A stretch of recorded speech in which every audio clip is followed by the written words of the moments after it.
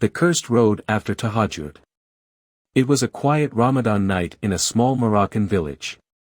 The air was thick with the scent of mint tea and the distant echoes of Quranic recitations drifting from nearby mosques. Youssef, a young man known for his devotion, had just finished praying Tahajjud at the old mosque on the hill.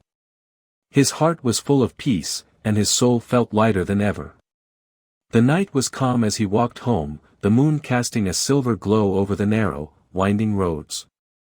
But there was one road, one cursed road, that villagers always warned about. Never walk through it after midnight, they'd say. Strange things happen there, things beyond human understanding. Youssef had always dismissed these stories as superstition. He was a man of faith, and fear had no place in his heart. So, that night, when he found himself standing at the entrance of that very road, he hesitated only for a moment before stepping in. The silence was unsettling. Not a single cricket chirped, not a single breeze moved. The further he walked, the heavier the air became, as if something unseen was watching him. Then, the whispers began. Low, hushed voices murmuring in a language he couldn't understand. They weren't coming from one direction but from all around him, circling him like an unseen force.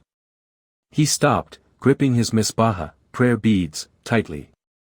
Audu billahi min ash-shaytan rajim, he whispered, seeking refuge in Allah. But the whispers only grew louder.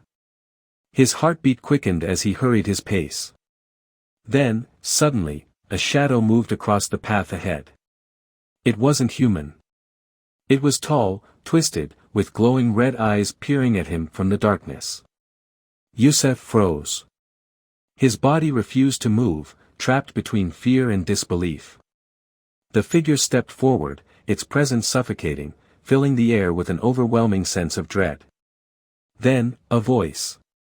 A deep, echoing whisper that sent chills through his spine. This is not your place. His lips trembled, but he forced them to move. Allahu Akbar, he cried, his voice shaking but determined. He clutched his misbaha and recited Ayatul Kursi with every ounce of faith in his heart. The shadow shrieked, a sound so inhuman, so terrifying, that the trees themselves seemed to shudder. The air grew heavy, the ground beneath him trembled, and then, silence. The shadow was gone. The whispers had vanished. The night was still once more. Youssef stumbled back onto the main road, his chest rising and falling rapidly. He turned to look at the cursed road one last time, but it was as empty as any other street. Since that night, he never doubted the stories again.